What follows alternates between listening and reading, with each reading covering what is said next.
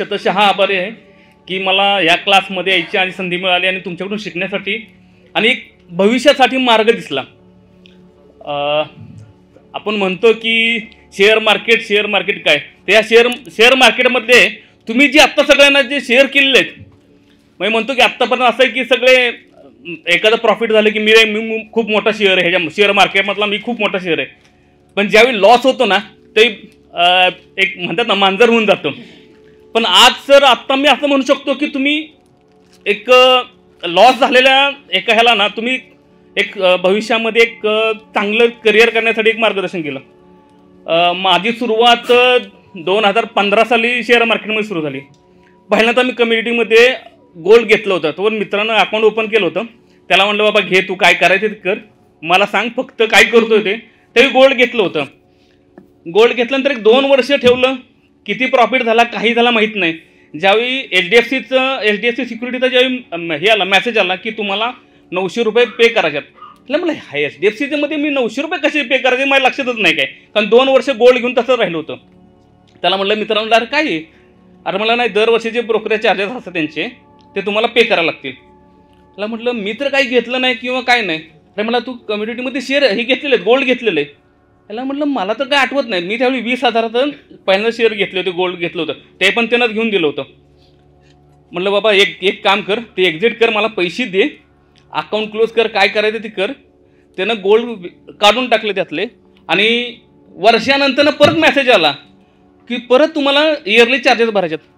2018 साली मेसेज आला नंतर म्हटलं यार अजून अकाउंट कसं क्लोज झालं नाही. म्हणून मी ह्याला लॉ कॉलेज रोडला HDFC सिक्युरिटीचं ऑफिस आहे तिथं जाऊन विचारलं, तर तिथं अकाउंट क्लोज केलं. अकाउंट क्लोज केल्यानंतर बाबा म्हटलं शेअर मार्केट काय आपल्याला माहीत नाही काय नाही. पण सुरुवात 2015 साली झाली.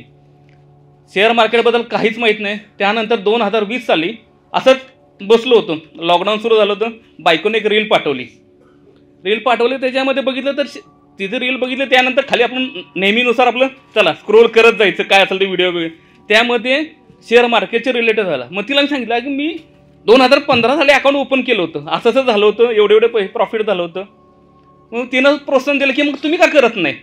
मग 2020ला अकाउंट ओपन केलं आणि सर 2 आठवड्यानंतरच लगे मी ऑप्शनमध्ये सुरू केलं. कारण करायचं तर 2-3 शेअर्स घेतले त्यावरती, चला आज बाय सेल केलं आणि माहीत नाही 1-2 दिवसानंतर अकाउंट ओपन झाल्यानंतर फोन यायला सुरुवात झाली की आमची PMS सिस्टीम अशी आहे, आम्ही कॉल प्रोव्हाइड करतो, हे करतो. त्यांनी कॉल मला यायला सुरुवात झाली ना. त्याच्यामध्ये ऑप्शन की तुम्ही 10,000 गुंतवा, तुम्हाला एवढं प्रॉफिट होईल तेवढं होईल. इथून ऑप्शनला सुरुवात. काही दिवस प्रॉफिट काही दिवस लॉस, असं करत करत प्रॉफिट लॉस ह्याच्यामध्ये खेळत सुरू झालं. सुरू झाल्यानंतरनं एक वेळ अशी होती की महिनाभर प्रॉफिट असायचं आणि एक दिवस महिन्यातला एक असा असायचा की ते अख्खा महिन्याचं प्रॉफिट सगळं जाऊन जायचं. डोक्यामध्ये फोम एवढा बसायचा की एखादा पहिल्या ट्रेडमध्ये जर प्रॉफिट झालं तर बंद करायचो. कारण काय प्रत्येक म्हणजे मला असं वाटतं की इथं प्रत्येक डोक्यामध्ये एक असेल की दिवसाचे 1,000-2,000 रुपये मिळाले ना की बस. माझ्या पण डोक्यामध्ये एवढंच की 1,000-2,000 मिळाले ना, त्याच्यामध्ये आपला पगार अर्धा मिळाला किंवा 1 मिळाला तरी पुष्कळ झालं. ह्याच्यामध्ये करत करत प्रॉफिट लॉसमध्ये 2-3 वर्ष असेच गेले. मग आता करायचं काय हेच कळत नाही. त्यामध्ये क्लास केले, 2-3 ऑनलाईन क्लास केले, यूट्यूबवरनं ह्याच्यावरनं करत होतो, काही कळत नव्हतं.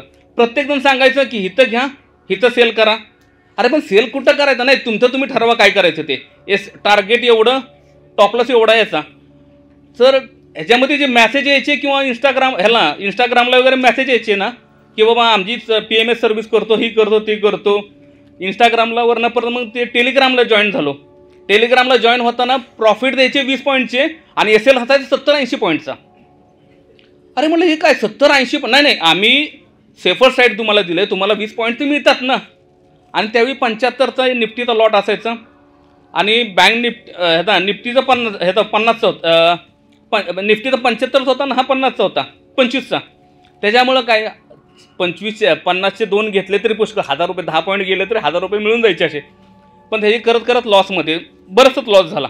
जेवढं प्रॉफिट व्हायचं तेवढं सगळं लॉसमध्ये जायचं. मग आता करायचं काय काही सुचत नव्हतं. कारण जेवढे काय क्लास केले, ऑनलाईन केले क्लास, काहींच्याकडं तुमच्याकडं यायच्या अगोदर मी मुंबईला जाऊन आलो होतो एका क्लासला. त्या ठिकाणी केलो, त्यांनी एवढं हे केलं, हॅमरिंग केलं होतं की नाही तुम्ही होणार आहे, प्रॉफिट होईल तुम्हाला, एवढं लॉसची गॅरंटी आमची, हे ते. त्याला म्हटलं काय नक्की कळत न झालं. हे करत असताना PMS पण हँडल करायला दिलं. जो कॉल प्रोव्हाइड करायचा त्यांच्याकडे दिलं, त्यांनी अकाउंट 0 करून दिले 2 वेळा. तरी डोक्यामध्ये तेवढं की ऑप्शन करायचा, कारण तेवढा एकच ऑप्शन आपल्याला राहिला होता की लॉस प्रॉफिट होते लॉस होते, यातनं फक्त एकच ऑप्शन आपल्याकडे ऑप्शन करायचं. पण असं कुठलाही एक ऑप्शन मिळाला नाही की जेणेकरून आपला लॉस कमी होईल आणि प्रॉफिट जास्ती होईल. परत असं डोक्यामध्ये तेवढं चालू होतं. नवीन क्लास करून आलो, सेटअप लावला, बघतोय अरे यार काय नवीन सेटअप घेतला काय तरी पण लॉस. मग परत बायकोची मेहरबानी, तिनं रील पाठवली, त्याच्यामध्ये खाल्ली तुमचा व्हिडिओ. अरे म्हटलं काहीतरी कुठंतरी क्लिक काहीतरी होतंय की नशीब आपल्याला कुठंतरी एका ठिकाणी मार्गाला कुठंतरी न्यायला सुरुवात केली.